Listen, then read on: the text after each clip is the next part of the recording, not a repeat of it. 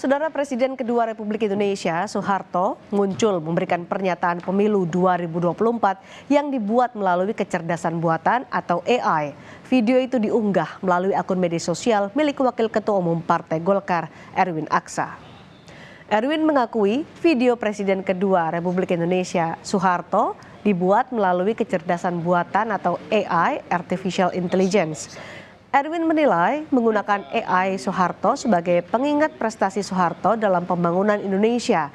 Namun kemunculan Soeharto lewat teknologi deepfake AI menuai sorotan di masyarakat.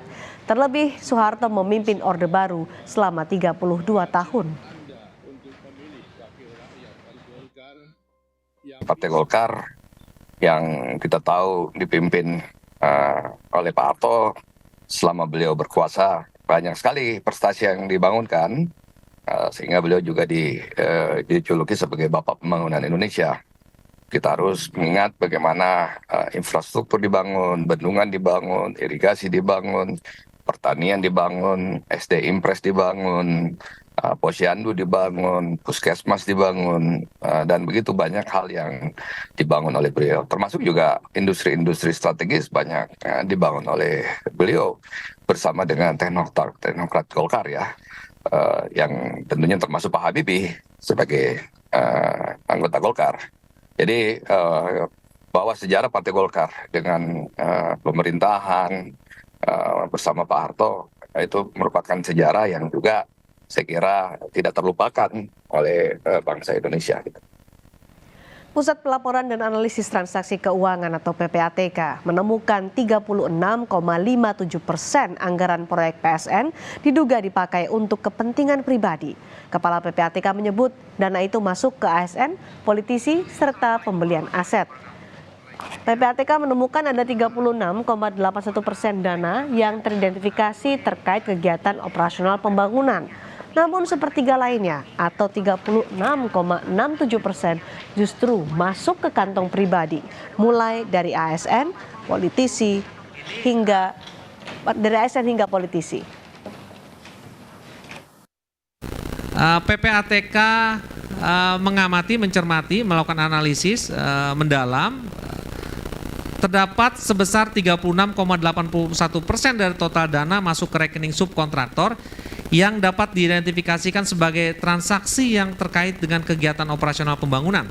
Sedangkan sekitar 36,67% diduga digunakan untuk pembangunan yang tidak digunakan untuk pembangunan proyek tersebut. Artinya ini digunakan untuk kepentingan pribadi.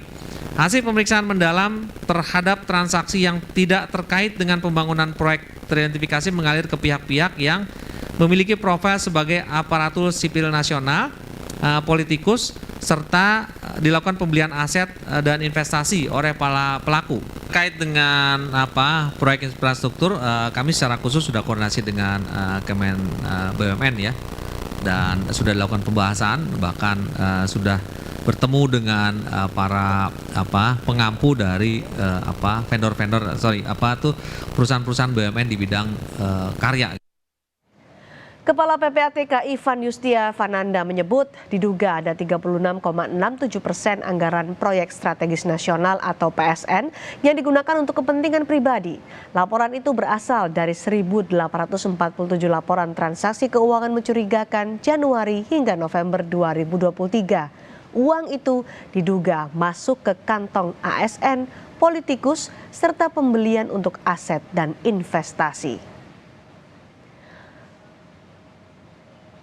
Kemenko Perekonomian Erlangga Hartarto menyebut 190 proyek strategis nasional yang telah dirampungkan hingga akhir 2023. Menurut Kemenko Perekonomian ada 1.515,4 triliun rupiah lebih investasi PSN hingga akhir tahun 2023. Terdapat 30 proyek dan 9 program PSN yang beroperasi sebagian. Kemudian 50 proyek lain dalam tahap konstruksi.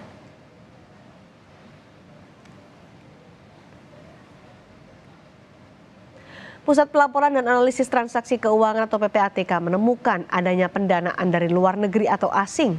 Dana ini disebut-sebut diterima bendahara 21 partai politik di tanah air sepanjang 2022-2023. Meski tidak merinci daftar partai politik yang dimaksud, tapi PPATK memastikan terjadi peningkatan yang signifikan. PPATK menyebut berkoordinasi dengan KPU dan Bawaslu terkait dengan temuan ini. Ini dari 21 partai politik kita temukan, itu tahun 2022 itu ada 8.270 transaksi. Kemudian meningkat di tahun 2023 ada 9.164 transaksi. Jadi mereka juga termasuk yang kita ketahui menerima dana dari luar negeri ya. Teman-teman bisa lihat di sini di tahun 2022 penerimaan dananya hanya 83 miliar, kemudian meningkat di tahun 2023 menjadi 195 miliar. Ketua Umum Partai Solidaritas Indonesia atau PSI, Kaisang Pangarep menyebut partainya salah memasukkan data laporan awal dana kampanye. Dalam data laporan awal dana kampanye di KPU, PSI menerima sekitar 2 miliar rupiah dan pengeluaran Rp180.000 per 7 Januari 2024. Kaisang mengonfirmasi seharusnya dana awal kampanye PSI mencapai belasan miliar rupiah. Kaisang mengakui kesalahan pengisian laporan dana kampanye dan akan mengirimkan perbaikannya dalam pekan ini.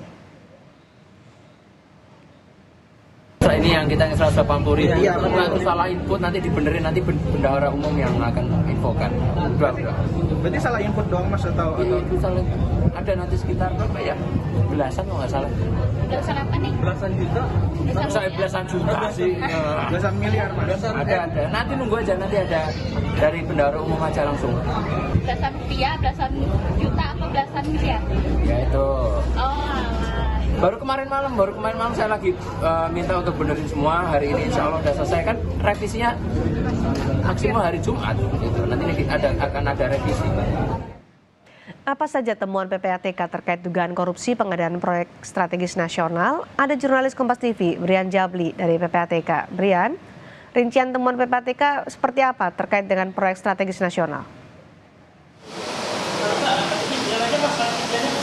Iya, selamat petang Sidi dan juga saudara. Memang terkait rincian temuan PPATK terkait dana PSN yang mengalir ke dana ASN dan juga politikus yang ada di tanah air memang tidak disampaikan secara terperinci saat rapat refleksi kerja PPATK atau Pusat Pelaporan dan Analisis Transaksi Keuangan yang berlangsung pada Rabu 10 Januari kemarin seperti itu.